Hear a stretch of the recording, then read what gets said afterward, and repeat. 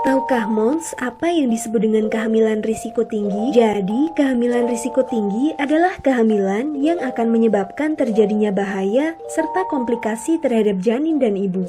Hal ini dapat disebabkan oleh beberapa faktor, antara lain ibu yang hamil pada usia kurang dari 16 tahun atau lebih dari 35 tahun, riwayat operasi sesar, serta jarak kehamilan yang kurang dari 2 tahun. Bahaya yang mungkin terjadi pada ibu dengan kategori kehamilan risiko tinggi antara lain plasenta yang menutupi sebagian atau seluruh leher rahim, infeksi pada bekas luka operasi sesar, robekan pada dinding rahim ibu, pertumbuhan janin yang kurang baik karena rahim belum pulih sepenuhnya, bayi yang lahir prematur atau berat badan lahir rendah, serta kemungkinan terjadinya abortus.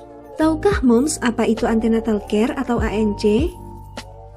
Antenatal care merupakan suatu deteksi dini faktor risiko selama kehamilan dan persalinan. Manfaat dari ANC ini adalah yang pertama, untuk menjamin keselamatan ibu dan bayi selama proses kehamilan, persalinan, hingga masa nifas. Yang kedua, membantu ibu hamil menjalani kehamilan yang sehat, bersalin dengan selamat, dan melahirkan bayi yang sehat. Yang ketiga, mendeteksi secara dini kelainan dan risiko yang mungkin timbul selama kehamilan sehingga dapat diatasi dengan cepat dan tepat. Oleh karena itu, ANC perlu dilakukan secara rutin selama kehamilan ya Moms. ANC yang baik minimal dilakukan 4 kali selama kehamilan, yaitu 1 kali pada trimester pertama, 1 kali pada trimester kedua, serta 2 kali pada trimester ketiga. Ibu hamil membutuhkan zat gizi ekstra untuk mencukupi kebutuhan harian ibu dan janin, sehingga asupan hariannya harus ditingkatkan. Ibu dengan asupan makanan yang kurang dapat berdampak pada kurangnya peningkatan berat badan target ibu, serta terhambatnya pertumbuhan janin. Padahal, tumbuh kembang janin dan bayi yang optimal bergantung dengan status gizi ibu. Oleh karena itu, penting bagi ibu hamil untuk mengkonsumsi makanan yang mengandung zat gizi makro dan mikro yang cukup. Zat gizi mikro merupakan zat yang diperlukan oleh tubuh dalam jumlah yang besar, seperti karbohidrat, protein, dan lemak. Sedangkan zat gizi mikro dibutuhkan dalam jumlah yang kecil, seperti vitamin dan mineral. Lalu, bagaimana cara memenuhi kebutuhan hariannya? Moms dapat berpatokan pada isi piring makanku, di mana dalam sekali makan, dalam satu piring berisi 35% sayuran, 15% buah, 15% sumber protein seperti daging, ikan ataupun tahu tempe, 35% sumber karbohidrat yang merupakan makanan pokok. Berikut merupakan contoh menu dalam sehari.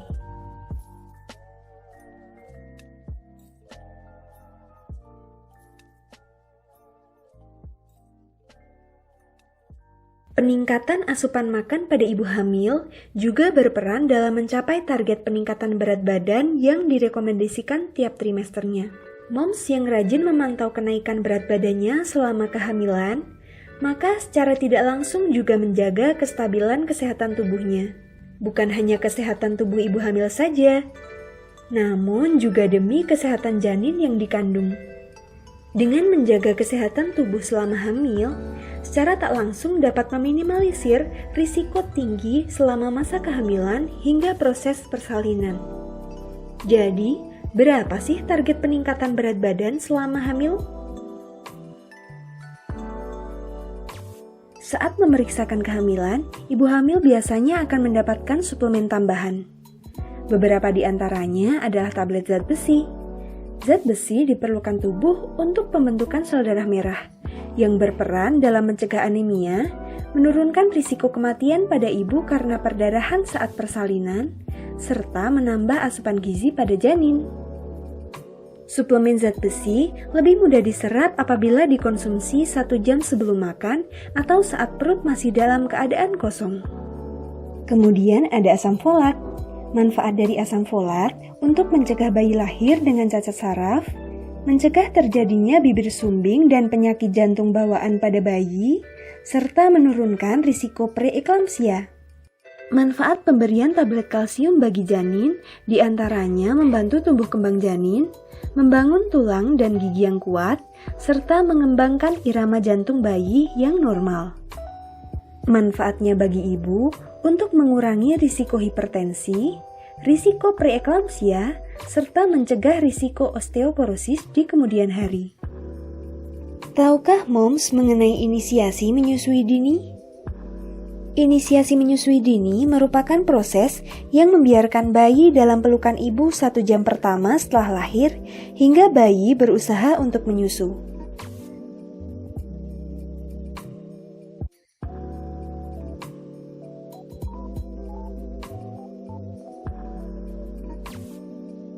Pasca melahirkan, setiap moms pasti ingin memberikan yang terbaik bagi si kecil, bukan? Salah satunya adalah pemberian ASI yang cukup. Namun, beberapa moms mengalami kendala dalam menyusui, yakni produksi ASI yang tidak lancar ataupun sedikit. Lantas, bagaimanakah langkah yang harus ditempuh untuk meningkatkan produksi ASI? Berikut merupakan makanan laktogenik yang dapat meningkatkan produksi ASI.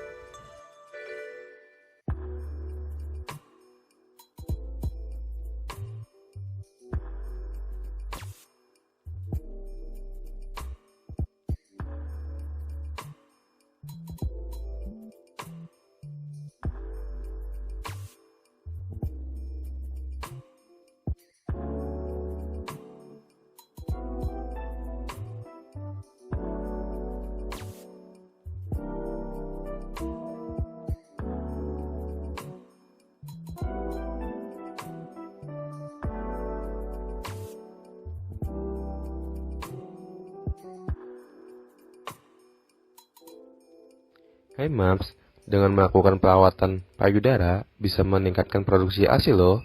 Yuk kita simak penjelasan tersebut. Perawatan payudara atau breast care adalah suatu cara merawat payudara yang dilakukan pada saat kehamilan atau masa nifas untuk produksi ASI. Selain itu, untuk kebersihan payudara dan bentuk puting susu yang masuk dalam atau datar. Tujuan dari perawatan payudara yang pertama, untuk menjaga kebersihan payudara sehingga terhindar dari infeksi. Selanjutnya, untuk mengenyalkan puting susu supaya tidak mudah lecet. Kemudian, untuk menonjolkan puting susu. Selanjutnya, menjaga bentuk buah dada tetap bagus. Untuk mencegah terjadinya penyumbatan, untuk memperbanyak produksi ASI, dan untuk mengetahui adanya kelainan.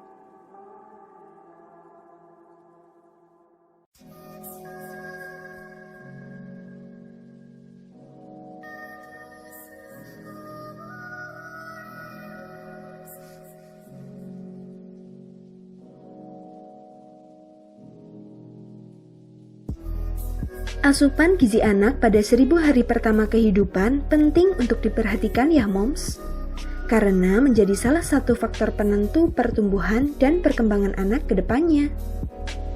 Hal yang perlu diperhatikan salah satunya adalah pemberian makanan pendamping ASI. Dalam pemberiannya, hal yang perlu diperhatikan adalah usia anak, jenis, frekuensi pemberian, porsi, variasi, dan cara pemberian makan.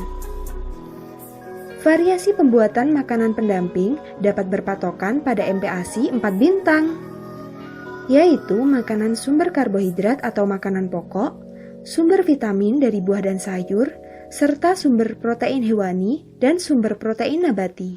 Berikut merupakan kebutuhan gizi anak yang dihitung berdasarkan usia dalam angka kecukupan gizi beserta rekomendasi pemberian makanan pendampingnya.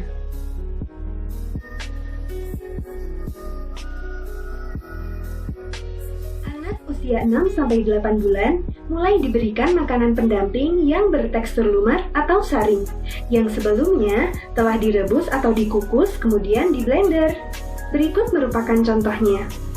Di sini ada kentang sebagai sumber karbohidrat, telur sebagai sumber protein hewani, tempe sebagai sumber protein nabati, sayuran sebagai sumber vitamin dan mineral, serta 1 sendok makan minyak sebagai sumber lemak. Bahan-bahan ini kemudian di blender, dan ini adalah hasilnya. Dalam pembuatannya, tidak diperlukan penambahan gula atau garam untuk memperkenalkan rasa makanan. Porsi yang diberikan sebanyak 2-3 sendok makan dalam sekali makan ya moms. Kemudian ditingkatkan hingga mencapai setengah mangkuk kecil. Dalam sehari diberikan sebanyak 2-3 kali. Dan jangan lupa untuk tetap memberikan ASI ataupun susu formula sesuai permintaan anak ya moms.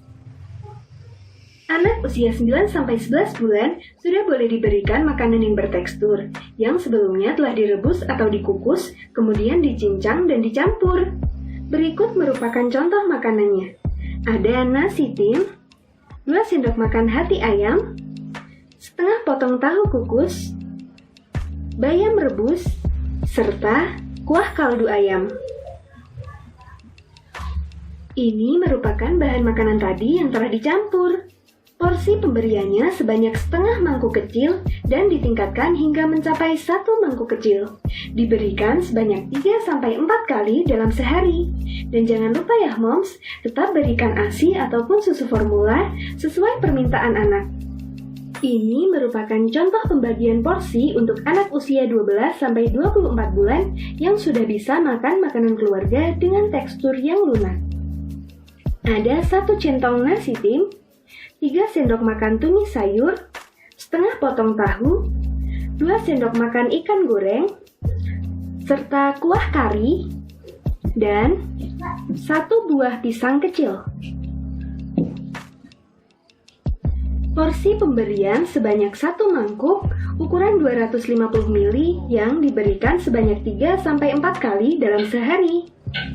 Perlu diingat ya moms, pemberian ASI ataupun susu formula tetap diberikan sesuai dengan permintaan anak. Untuk anak usia 24-59 bulan, sudah bisa diberikan makanan keluarga yang lebih padat daripada sebelumnya. Di sini ada 1 centong penuh nasi putih, 1 sendok sayur tumis jagung buncis, 1 potong tahu bacem goreng ukuran sedang, 2 sendok makan penuh gulai ayam, serta 2 potong buah naga. Pemantauan tumbuh kembang anak penting untuk dilakukan sebagai upaya untuk mendeteksi sedini mungkin adanya penyimpangan atau keterlambatan perkembangan anak. Aspek yang dilihat dari pertumbuhan anak adalah berat badan, tinggi badan, serta lingkar kepala. Sedangkan pada aspek perkembangan yang perlu diperhatikan adalah perkembangan motorik kasar, perkembangan motorik halus, kemampuan berbicara dan berbahasa, serta kemampuan dalam bersosialisasi. Hai Mams, kehamilan risiko tinggi sangat bahaya loh Mams. Jadi hindari aktivitas berat ya Mams, karena dengan aktivitas berat bisa menyebabkan melebarnya luka operasi sesar dan bisa menyebabkan nyeri. Nah, untuk manajemen nyeri, yuk kita simak penjelasannya. Hai Mams, jadi untuk mengatasi nyeri ada caranya loh Mams. Yang pertama itu adalah distraksi, pengalihan pada hal lain sehingga lupa terhadap nyeri yang dirasakannya. Nah, contohnya bisa membayangkan hal yang indah, terus kemudian membaca buku, koran, dan yang sesuai yang disukainya. Kemudian mendengarkan musik, radio, dan lain-lainnya. Nah, harapannya setelah distraksi ini, rasa nyeri ini bisa hilang. Nah, kemudian ada teknik relaksasi. Nah, teknik relaksasi ini tujuannya adalah untuk membuat kita rileks dan kita bisa melupakan rasa nyeri yang kita alami. Nah, langkah pertama itu adalah tarik nafas dalam-dalam. Terus keluarkan pelan-pelan. Terus ulangi lagi, tarik nafas lagi. Terus buang perlahan-lahan. Tarik nafas lagi. Terus buang pelan-pelan. Nah, setelah itu diharapkan ketika setelah melakukan teknik relaksasi bisa mengurangi rasa nyeri yang dialami oleh moms. Oh iya moms, ada pesan gizi seimbang nih untuk ibu hamil. Yang pertama, selalu mengkonsumsi makanan yang bervariasi. Selain untuk memenuhi kebutuhan gizi, namun juga sebagai pemeliharaan, pertumbuhan, perkembangan janin, serta cadangan selama masa menyusui. Yang kedua, mengkonsumsi camilan yang sehat seperti buah-buahan atau kacang-kacangan. Yang ketiga, membatasi makanan-makanan yang mengandung garam tinggi untuk mencegah hipertensi. Yang keempat, jangan lupa minum air putih banyak-banyak ya moms. Dan yang terakhir, membatasi asupan kopi maksimal 2 cangkir per hari. Jadi selalu jaga kesehatan tubuh selama hamil ya moms. Jangan lupa juga dengan memperhatikan asupan makan, karena secara langsung kita pun juga akan menjaga kesehatan janin yang dikandung.